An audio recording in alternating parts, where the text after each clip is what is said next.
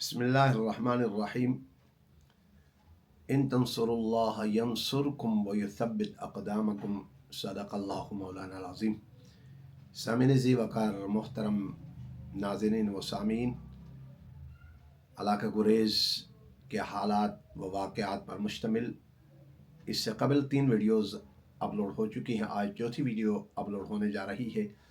جیسے کہ میں عرض کر چکا تھا کہ شرک اور بدعات سے توحید کا مرکز کیسا بنا اور کن کن مراحل سے ہمارے بزرگ گزرتے رہے اور کن کن مراحل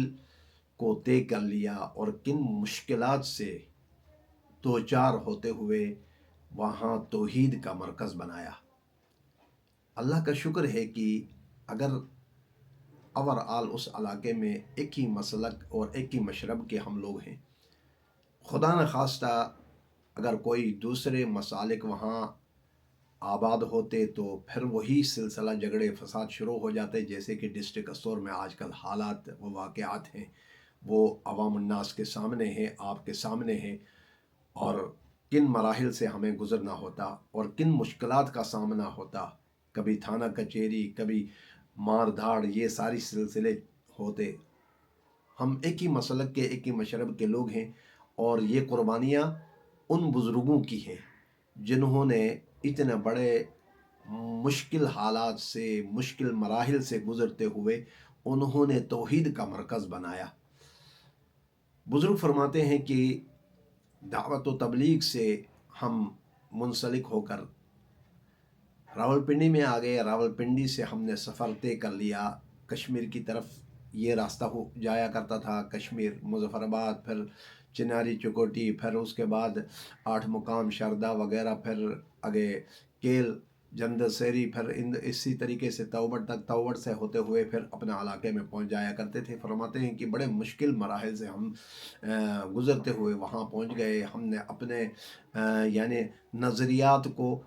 وہی نظریہ بنا دیا کہ اللہ تبارک و تعالی نے جیسے چاہا تھا، اللہ تعالیٰ نے ہمارے نظریات بنا دیا اور ہم نے مطلب قدم بڑھا دیا، ثابت قدم رہے تو اللہ تعالیٰ کی مدد شامل حال ہو گئی، تو پھر اس علاقے میں شرک اور بدعات کا خاتمہ ہو گیا۔ فرماتے ہیں کہ رات ہم نے گھر میں گزار دی، صبح فجر نماز کے لیے میں اور میرے شریک ہم سفر وہاں پہنچ گئے، مسجد میں نماز پڑھ لی۔ نماز کے بعد ہم جیسے مذاکرہ تبلیغی جماعت کا ہوا کرتا ہے، صبح فجر نماز کے بعد کہتے مذاکرے میں بیٹھ گئے اور کوئی نہیں تھا، تو ہم نے یوں سوچا کہ ان اندھیروں سے، ان مشکلات سے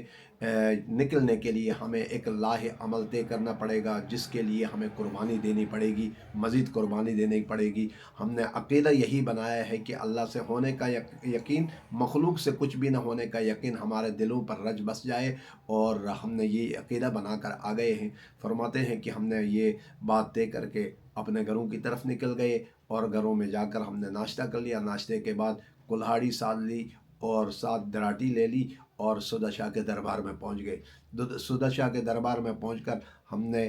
دیکھا، سکھ کا ہم نے بڑا سانس لے لیا۔ ہم خوف میں مبتلا تھے کہ پورا علاقہ اندھیروں میں ڈوبا ہوا ہے اور لوگ ٹوٹ پڑیں گے، ہمیں یہ لوگوں کا فیس کرنا پڑے گا، ہمیں مشکلات کا سامنا کرنا پڑے گا۔ تو کہہ رہے ہیں کہ ہم نے کہا یہ قربانی دینے کے لیے بھی ہم تیار ہیں، اگر کسی نے مارا تب بھی ہم اس کے لیے بھی تیار ہیں، اگر کسی نے کچھ ہمارے ساتھ جو کچھ ہمارے ساتھ کرنا پڑے تو ہم ان مراحل سے گزر جائیں گے، ولیکن کسی صورت میں دعوت و تبلیغ کا جو کام ہم ارادہ کر کے آ گئے ہیں، دعوت اللہ، لوگوں کو اللہ کی طرف بلانے کا، ہم یہ چھوڑ نہیں سکتے۔ تو فرماتے ہیں کہ ہم نے وہاں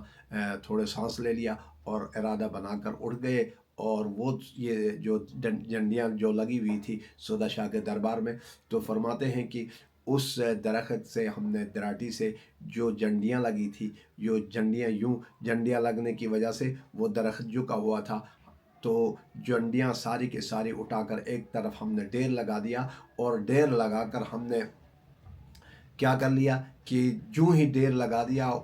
درخت یوں محسوس ہو رہا تھا کہ سکھ کا سانس اس درخت نے لے لیا اور اس طرح کھل گیا اور درخت اٹھ گیا اوپر۔